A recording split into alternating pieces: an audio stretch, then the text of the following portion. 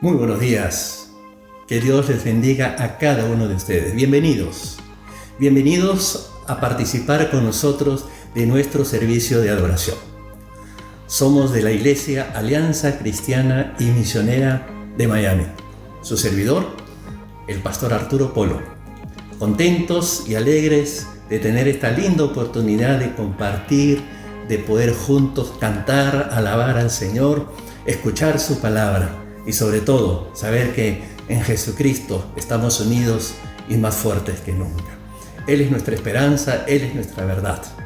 Y aquí estamos como lo hemos venido haciendo ya por varias semanas, pero con la alegría y con el entusiasmo de que estamos en la presencia del Señor. Bienvenido una vez más. Queremos saludar a todos ustedes, queremos saludar a todos nuestros hermanos, a todos nuestros amigos. Que Dios les guarde y que Dios les bendiga. Vamos a orar. Si tú tienes algún motivo de oración, compártenos tu motivo de oración. Estamos dispuestos a orar. Tenemos un grupo de hermanos que todas las semanas, de lunes a viernes, oran las primeras horas de la mañana y traen los pedidos de muchas personas. Y ya tenemos testimonio de oraciones contestadas. No porque seamos nosotros los que oremos, sino porque Dios es el que obra, Dios es el poderoso que siempre está dispuesto a escucharnos. Vamos a ponernos en las manos del Señor, vamos a poner nuestras vidas y que este momento de adoración realmente sea un acto de reconocimiento a Él. Oremos. Padre, te damos gracias por este privilegio que tenemos de apartar este tiempo para adorarte y para honrarte. Bendícenos. Te presentamos nuestras necesidades, te presentamos nuestras cargas, pero al mismo tiempo, Señor, con todo nuestro corazón, queremos tener la libertad de honrarte y adorarte en espíritu y en verdad. A ti sea el honor y la gloria, en el nombre de Cristo Jesús. Amén. Muy bien, a continuación vamos a cantar, vamos a participar juntos de la alabanza y luego estaremos escuchando el mensaje de la palabra del Señor. El tema de hoy es: la vida es difícil. Y ese es justamente el tema que estaremos tratando.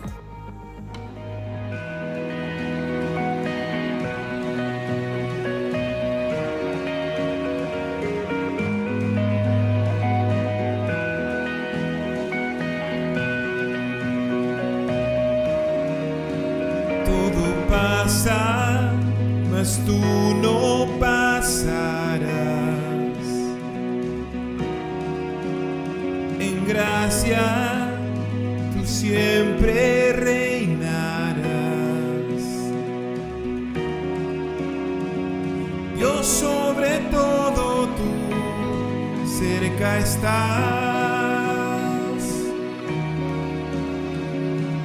Toda rodilla se postrará.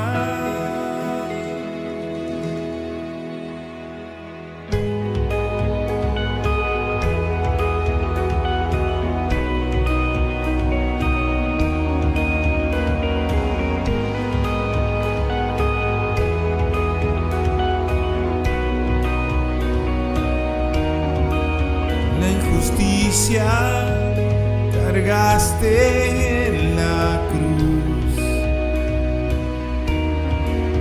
exaltado en gloria eres Jesús.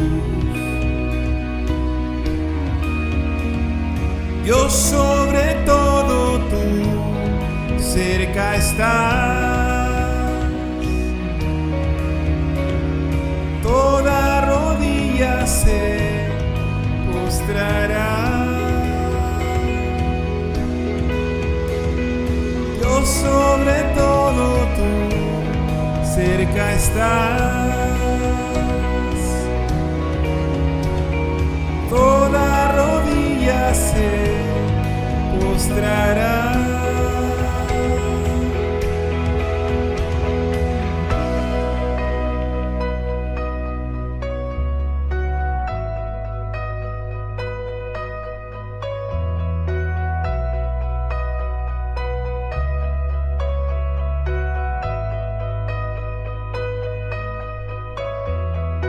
ciego ve, el sordo oirá, los muertos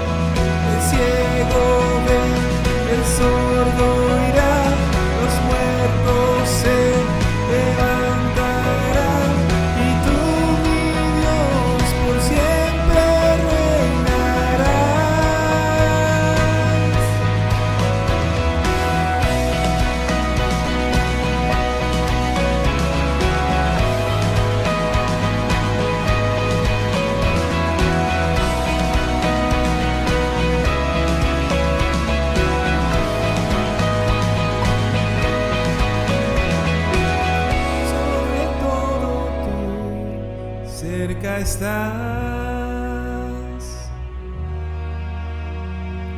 Toda rodilla se postrará.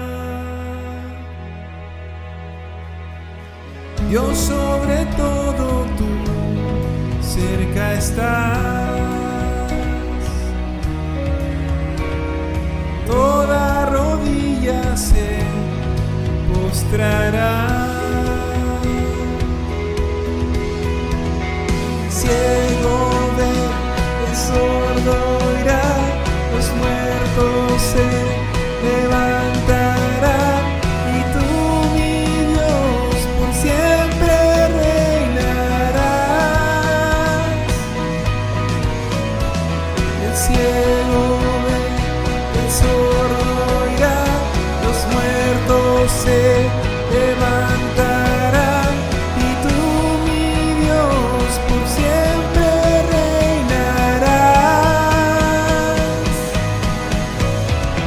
El ciego ve, el sordo oirá, los muertos se levantarán, y tú, mi Dios, por siempre reinarás.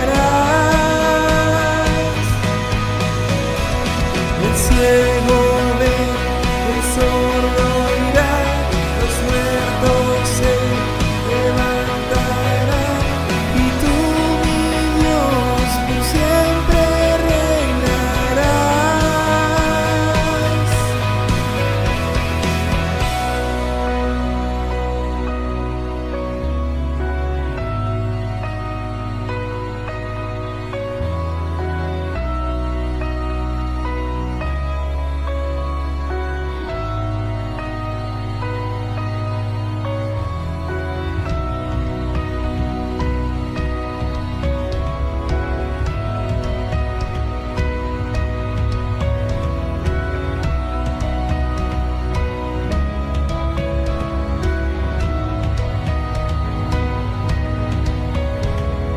Ciego ve, el sordo oirá, los muertos se levantarán, y tú, mi Dios, por siempre reinarás.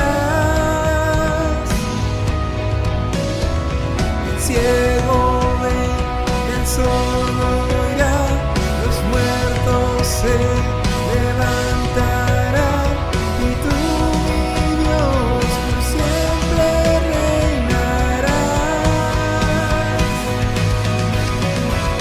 El ciego ve, el sordo oirá, los muertos se levantarán, y tú, mi Dios, por siempre reinarás.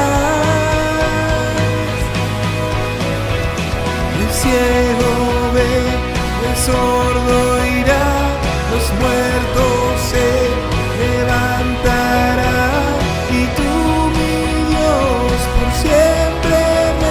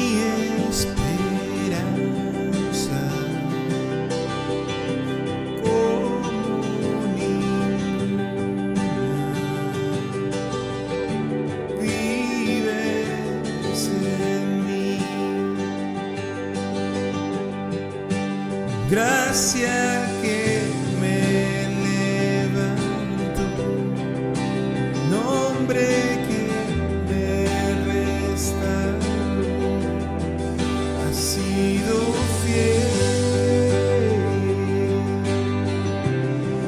ha sido fiel, perfecto amor.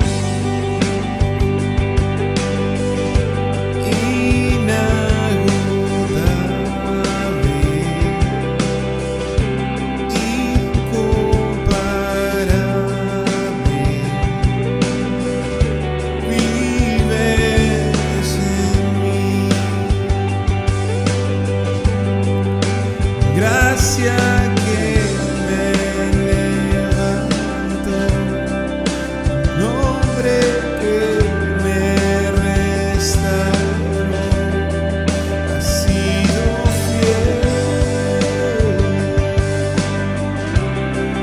ha sido fiel. Gracia que me levanto, nombre que me restauró, ha sido fiel, ha sido fiel.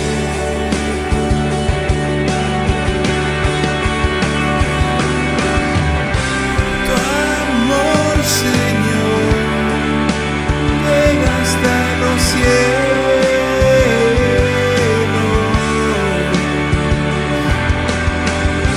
Tu fidelidad nunca fallará.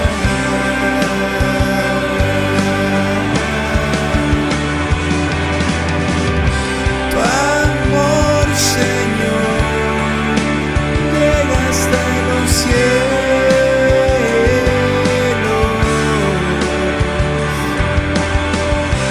Tu fidelidad nunca fallará.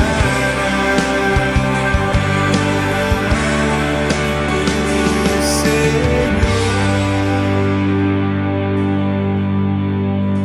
mi fortaleza, como ninguna, vives en mí.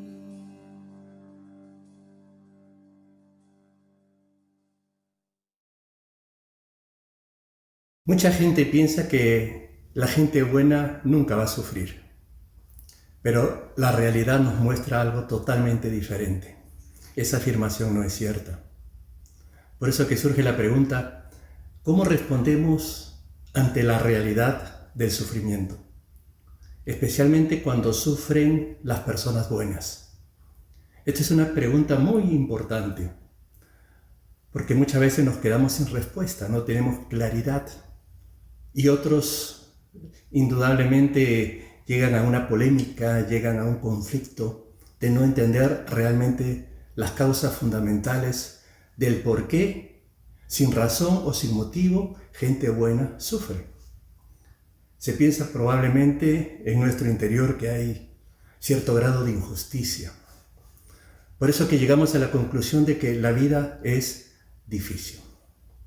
O por momentos llegamos a decir, la vida es injusta. Hay cosas en nuestra naturaleza que no nos permiten aceptar o enfrentar la injusticia. Por ejemplo, permítanme ponerles 2 o 3 ejemplos para comenzar a nuestro tema. Un muchacho que está en un centro académico postulando para obtener una beca que le permita pagar sus estudios. Él ha estudiado con mucha dedicación. Se ha esmerado cada día para rendir esa prueba que le va a permitir obtener los puntos necesarios y así obtener esa beca deseada.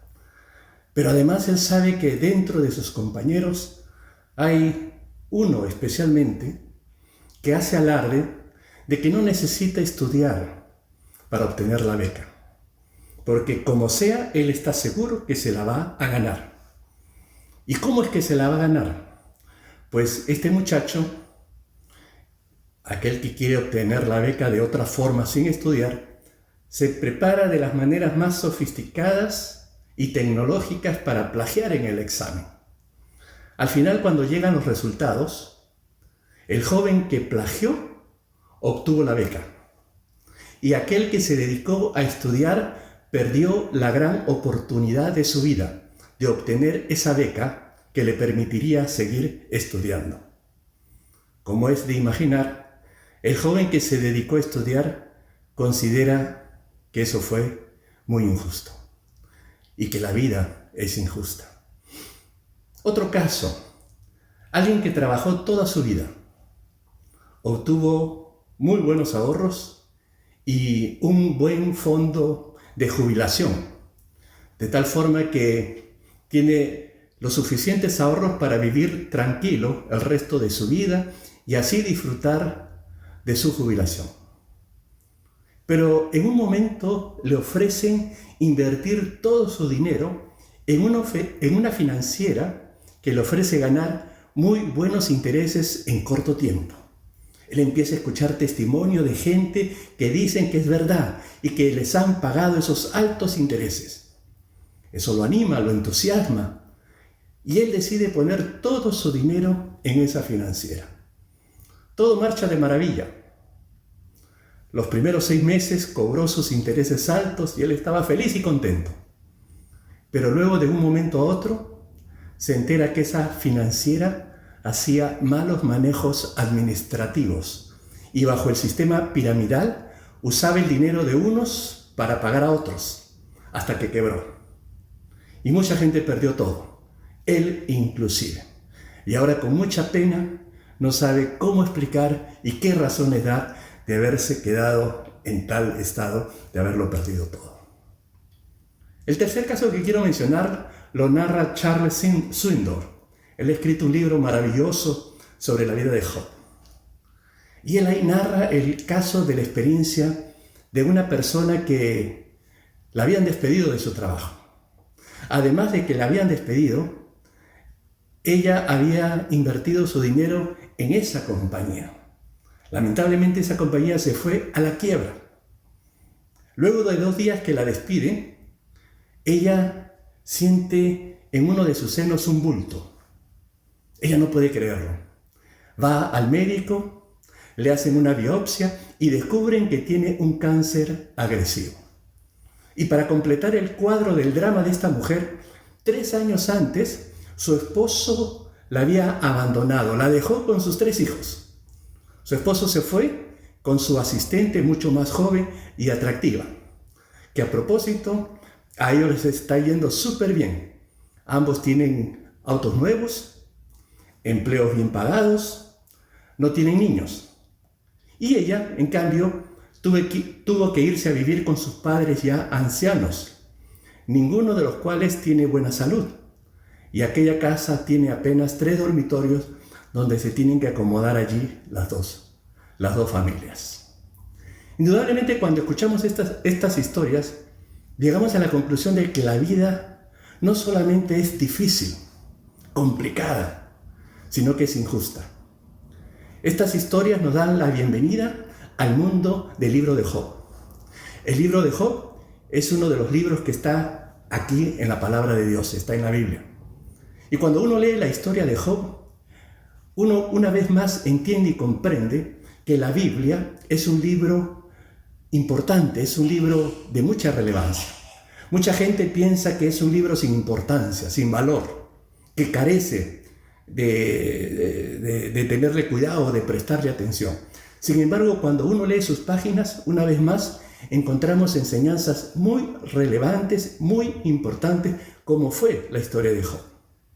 El libro de Job es un libro muy antiguo. Muchos estudiosos están de acuerdo en decir que Job vivió antes que Moisés. Algunos piensan que quizás Job vivió aún antes de Abraham. La historia de Job y todo el libro de Job se hace relevante. ¿Por qué? Porque Job sufre de la misma manera que nosotros sufrimos en diferentes áreas vitales de la familia. De cómo sufrimos en áreas de la salud personal, de cómo sufrimos por las cosas materiales. Además es importante para nosotros porque Job cuestiona profundamente su sufrimiento, protesta valientemente por la forma y la manera como sufría.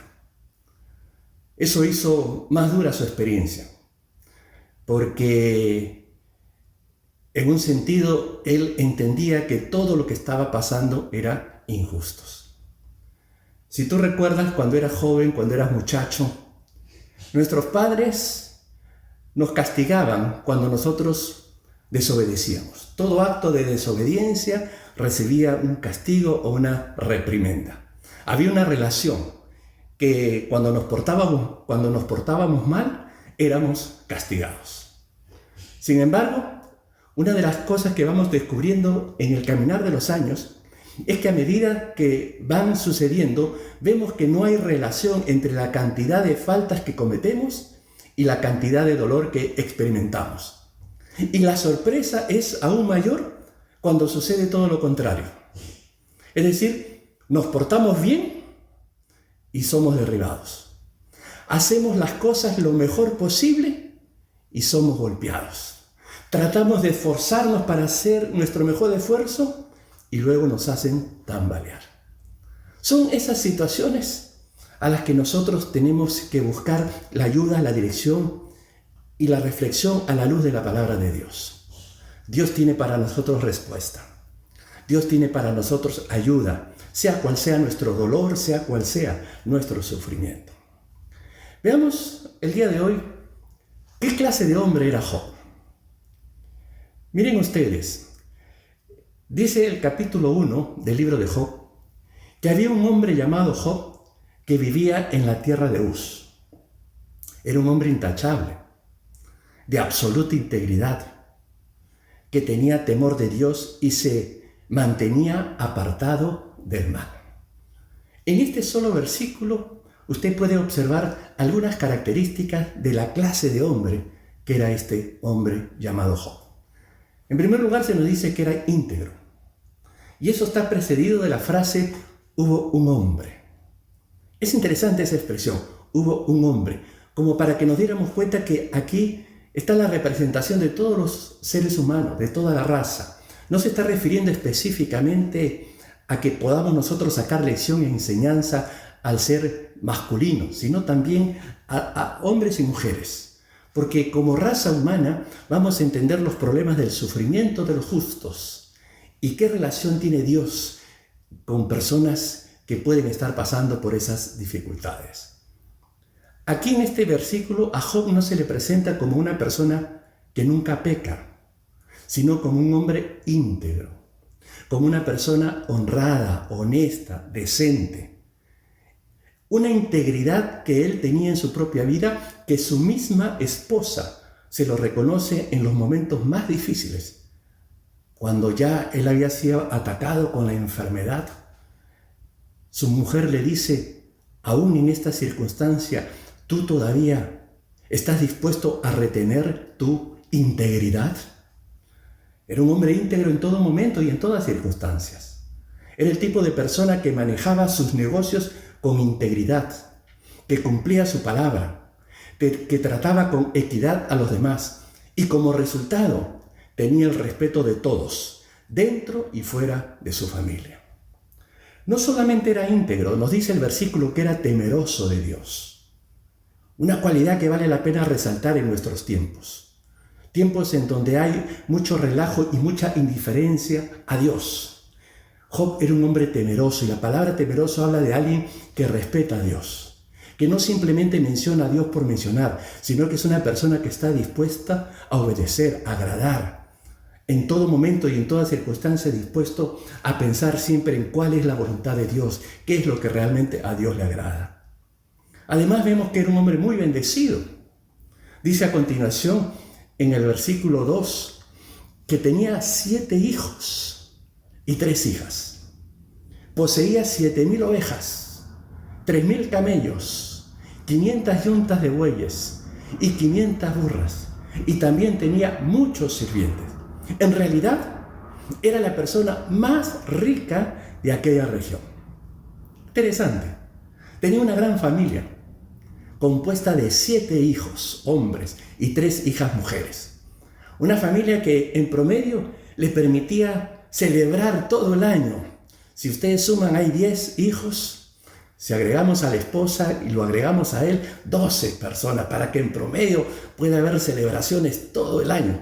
Tal es así que la Biblia dice que los hijos de Job se turnaban en preparar banquetes en su casa e invitaban a sus 3 hermanas para que celebraran con ellos. Estos banquetes no eran reuniones de perdición, ni eran asuntos de maldad, no, eran reuniones de celebración, de algarabía. Expresa la unidad, el ambiente familiar y hermoso que disfrutaban los hijos y la familia de Job. Era tan bendecido que dice aquí que era un hombre muy rico.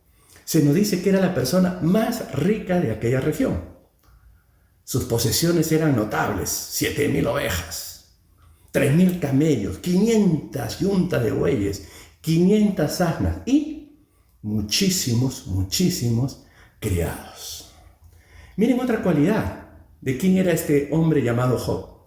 Era un hombre que cuida la vida espiritual de su familia. ¿Qué ejemplo para nosotros los hombres? El papel y el lugar que Dios nos ha dado de ser responsables y líderes espirituales. Dice la palabra de Dios que cuando las fiestas terminaban, a veces después de varios días, Job purificaba a sus hijos. Se levantaba temprano por la mañana y ofrecía una ofrenda quemada por cada uno de ellos, porque pensaba: quizá mis hijos hayan pecado y maldecido a Dios en el corazón.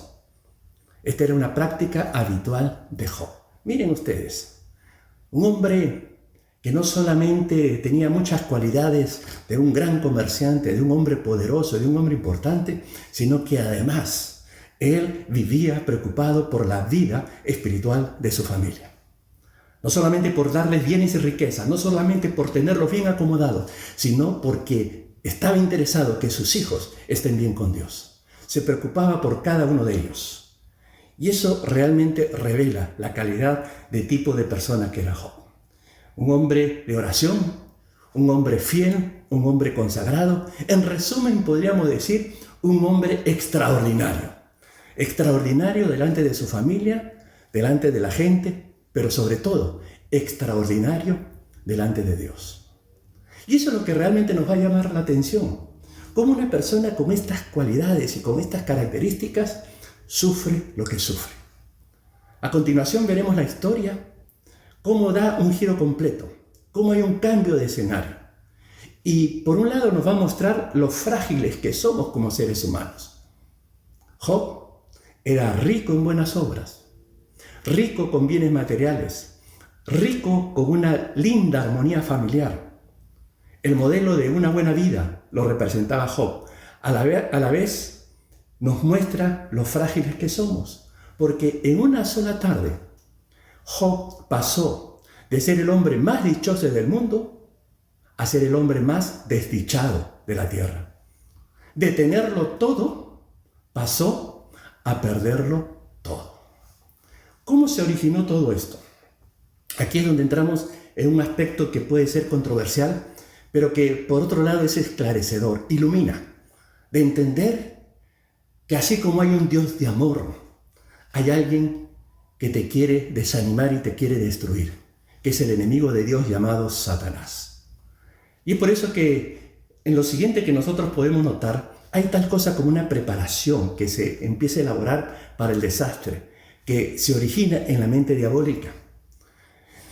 Dice la palabra de Dios que un día los miembros de la corte celestial llegaron para presentarse delante del Señor, delante de Dios.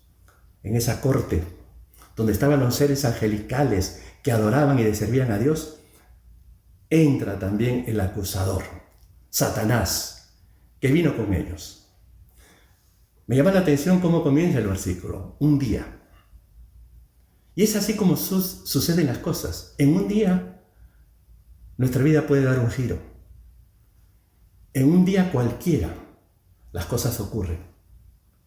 Y dice allí que el Señor estaba reunido con su corte celestial.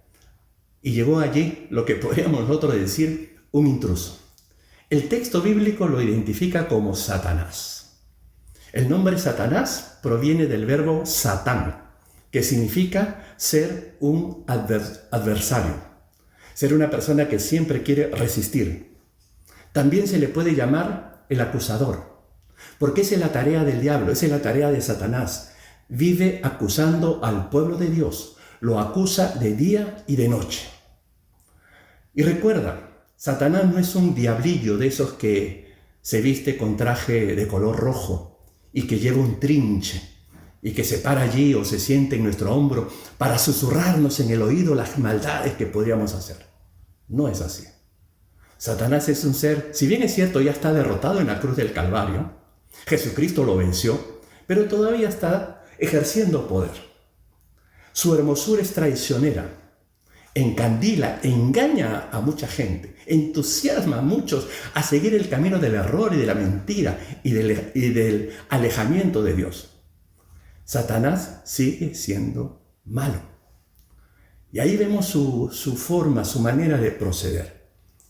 Si ustedes buscan en sus Biblias, en el libro de Job, en el capítulo 1, vamos a leer de los versículos 7 al 12. Yo lo espero unos segundos para que usted busque su Biblia, para que la lea conmigo. Si quiere acompañarme exactamente con lo que yo voy a leer, en esta oportunidad voy a utilizar la versión, la Nueva Traducción Viviente. Así que busquen su Biblia, Job, capítulo 1, desde los versículos 7 al 12. Muy bien, llegamos. Ok, vamos entonces a leer. Dice así: el Señor le preguntó a Satanás, ¿de dónde vienes? Satanás contestó al Señor, he estado recorriendo la tierra, observando todo lo que ocurre. Entonces el Señor preguntó a Satanás, ¿te has fijado en mi siervo Job? Es el mejor hombre en toda la tierra. Es un hombre intachable y de absoluta integridad. Tiene temor de Dios y se mantiene apartado del mal. Satanás le respondió al Señor, sí, pero Job tiene una buena razón para temer a Dios. Siempre has puesto un muro de protección alrededor de él, de su casa y de sus propiedades. Has hecho prosperar todo lo que hace. Mira lo rico que es. Así que extiende tu mano y quítale todo lo que tiene. Ten por seguro que te maldecirá en tu propia cara. Muy bien, puedes probarlo, dijo el Señor a Satanás. Haz lo que quieras con todo lo que posee, pero no le hagas ningún daño físico. Entonces Satanás salió de la presencia del Señor. Esta historia es impactante. Aquí encontramos varios elementos que vale la pena mirarlos con calma y obviamente nosotros aquí vamos a compartir algunos detalles. En primer lugar, observen ustedes que Satanás es un ser angelical que se pasea por todo el mundo. Tiene acceso a todo lugar a donde él quiera ir. Es un ser sobrenatural. Puede moverse fácilmente, estar en Miami y trasladarse rápidamente a Europa. Hay ciertos atributos que él no tiene porque Dios es superior a él. Dios está por encima de él. Satanás no lo sabe todo. Satanás no es omnisciente. Él no sabía el plan de Jesús, de lo importante y el valor que era, por ejemplo, que Jesucristo muriera en la cruz. Si Satanás hubiera sabido eso, lo hubiera detenido, hubiera hecho 1000 formas para que no se hiciera eso. Pero vean ustedes cómo él se pasea por todo el mundo. Y el Señor le hace una pregunta. ¿No te has fijado en mi siervo Job? En esta pregunta hay una descripción que Dios hace de Job. Para mí es el gran título que una persona puede recibir de Dios, que Dios te diga siervo. Y se lo está diciendo al hombre más poderoso de aquella época, el hombre más rico. No lo considera como una celebridad, lo llama siervo. Este es un título hermoso que Dios le da a los que son fieles a Él. Y debe ser una gran lección para mucha gente hoy en día que se esfuerza por querer ser el gran pastor, el gran evangelista, el gran apóstol, el gran padre, el gran alcalde, el gran gobernante, etcétera, etcétera. Hay esa afición, ese esmero por ser grande.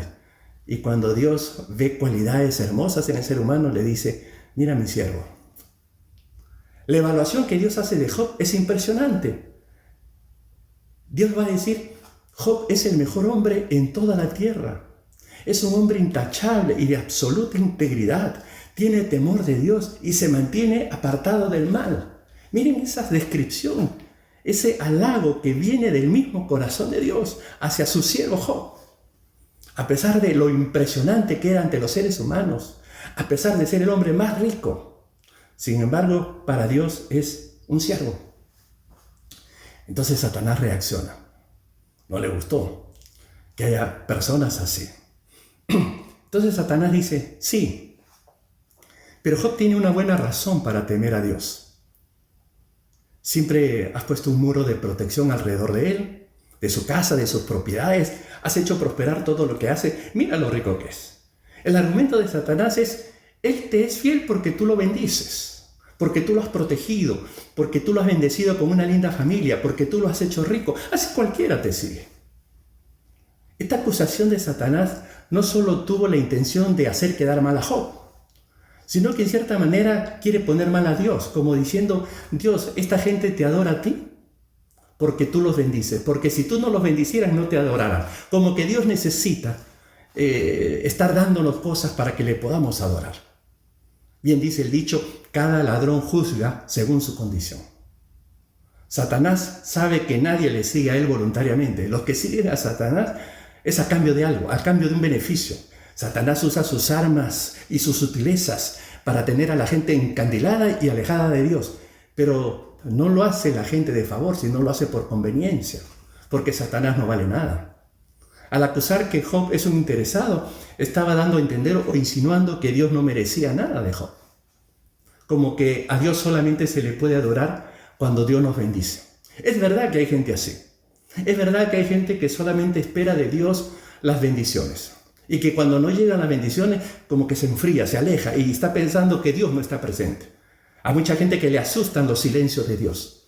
Cuando muchas veces el silencio de Dios es la oportunidad de ver que Dios está haciendo su obra a favor de cada uno de nosotros.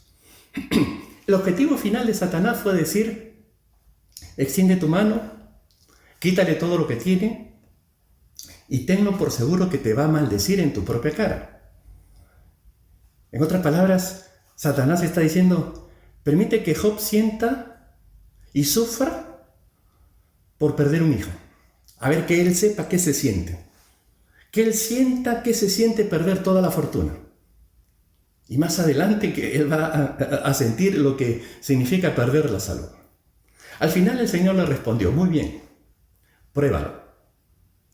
Haz lo que quieras con todo lo que posee.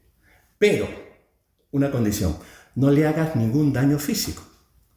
Entonces Satanás salió de la presencia del Señor. Lo que vemos es algo que puede ser muy discutido y en ocasiones mal entendido. Dios le dio permiso a Satanás. La única condición, no toques su vida. Esta historia nos invita a ver muchas cosas. Más adelante el libro de Job nos va a ir viendo otros detalles porque vamos a ver cómo luego sí tocó su vida, sí tocó su salud. Por eso que para ir terminando, yo quisiera dejar con ustedes como conclusión 4 principios que no son míos. Los estoy tomando de este libro que me está haciendo una tremenda guía, una tremenda ayuda, del libro Un hombre de resistencia heroica, un libro llamado así, basado en la vida de Job, escrito por Charles Swindoll. Si ustedes lo pueden conseguir, a buena hora. Pero aquí él saca 4 conclusiones que verdaderamente son muy pertinentes, sobre todo a los tiempos que estamos viviendo. En primer lugar, nos enfrentamos a un enemigo que no podemos ver, pero que es real. El enemigo de Dios y el enemigo de nuestras almas está buscando a quien devorar.